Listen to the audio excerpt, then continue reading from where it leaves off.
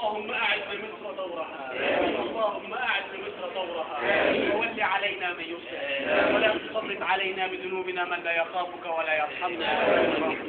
اللهم اهدنا واهد حكامنا ومسؤولينا، اللهم إن لم تكن هاديهم فأبدل مكانهم خيرا منهم، وعجل لنا بفضلك وبفضل هذه الأيام المباركات يا رب العالمين. اللهم فرج سجن المظلومين ورد الغائبين، واعل بفضلك راية الحق والدين.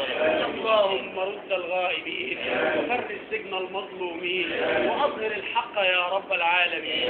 اللهم أرنا الحق حقا وارزقنا اتباعه، وأرنا الباطل باطلا وارزقنا اجتنابه، ولا تجعله ملتبسا علينا فنضل.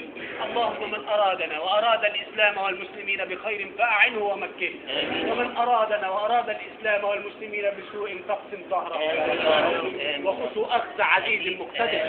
اللهم لا تبق على الأرض من الكافرين ديارا. اللهم يا رب عجل لنا بنصرك ولا تؤخره بذنوبنا.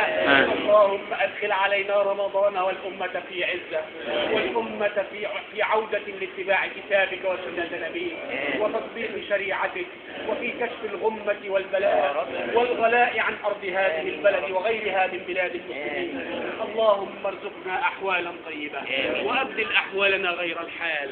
اللهم بفضلك يا رب العالمين أصلح فساد قلوبنا. اللهم بفضلك يا رب العالمين كن معنا ولا تكن علينا. اللهم اجعلنا سيدنا محمدا خير ما جزيت به نبيا عن أمته، وأوردنا حوضه واسقنا من يده شربة لا نظمأ بعدها أبدا. اللهم متعنا برؤية النبي في الدنيا مناما، في الجنة عيانا، ومتعنا بالنظر إلى وجهك يوم لقائك يوم الدين. ربنا آتنا في الدنيا حسنة وفي الآخرة حسنة وقنا عذاب النار. اللهم بلغنا رمضان واجعلنا من عتقائه يا رب العالمين، وبلغنا ليلة القدر واجعلها لنا خيرا من 1000 شهر. اللهم اجعلنا من عبادك الصالحين واجعلنا من عبادك المخلصين. اللهم ربنا أفرغ علينا صبرا وتوفنا مسلمين، وآخر دعوانا الحمد لله رب العالمين.